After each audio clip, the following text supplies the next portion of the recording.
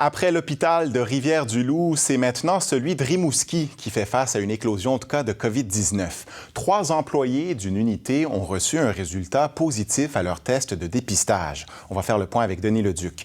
Cela dit, Denis, il faut dire qu'aucun usager n'est touché. Oui, et c'est probablement parce que l'éclosion est survenue dans la zone chaude, la zone COVID.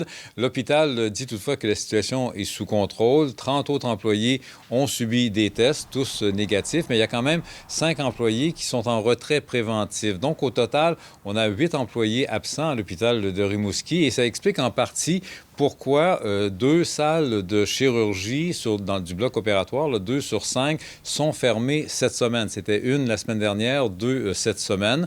Donc, cette éclosion dans la zone chaude, qui est probablement la plus dangereuse, on augmente donc les mesures de sécurité. Toujours 2, normalement, pour se surveiller l'un l'autre quand ils s'habillent puis qu'ils se déshabillent. Maintenant, un peu comme ce qui avait été constaté du côté de Rivière-du-Loup, il y a toujours un travail d'accompagnement, d'enseignement, de pédagogie puis de surveillance supplémentaire qu'il faut revenir, surtout qu'on est dans la période de la deuxième vague, donc les cas commencent à augmenter. Donc, on a décidé de remettre plus de vigie en place par-dessus ce qu'il y avait déjà pour faire en sorte que les gens puissent vraiment s'habiller et se déshabiller de façon encore plus minutieuse par rapport à ce qui se faisait déjà. Bon, et par ailleurs, Denis, le niveau d'alerte de nos régions demeure inchangé. Oui, le gouvernement du Québec semble avoir écarté l'idée de mettre toutes les régions au rouge, comme ça avait été évoqué la semaine dernière. Il semble renouveler sa confiance dans le système des couleurs. Le ministre dit que les gens y adhèrent.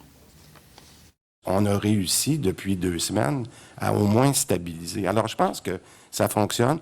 Ça serait trop facile de dire on met tout le monde en rouge, puis qu'on fait mal à des endroits qui n'ont pas besoin. Pourquoi aller fermer un restaurant au Lac-Saint-Jean ou pourquoi aller faire des gestes, par exemple, dans le Bas-Saint-Laurent, alors qu'on n'a pas besoin de le faire? Donc, on va continuer d'être très ciblés.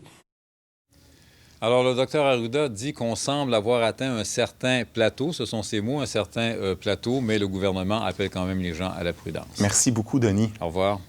Ici, Bas-Saint-Laurent.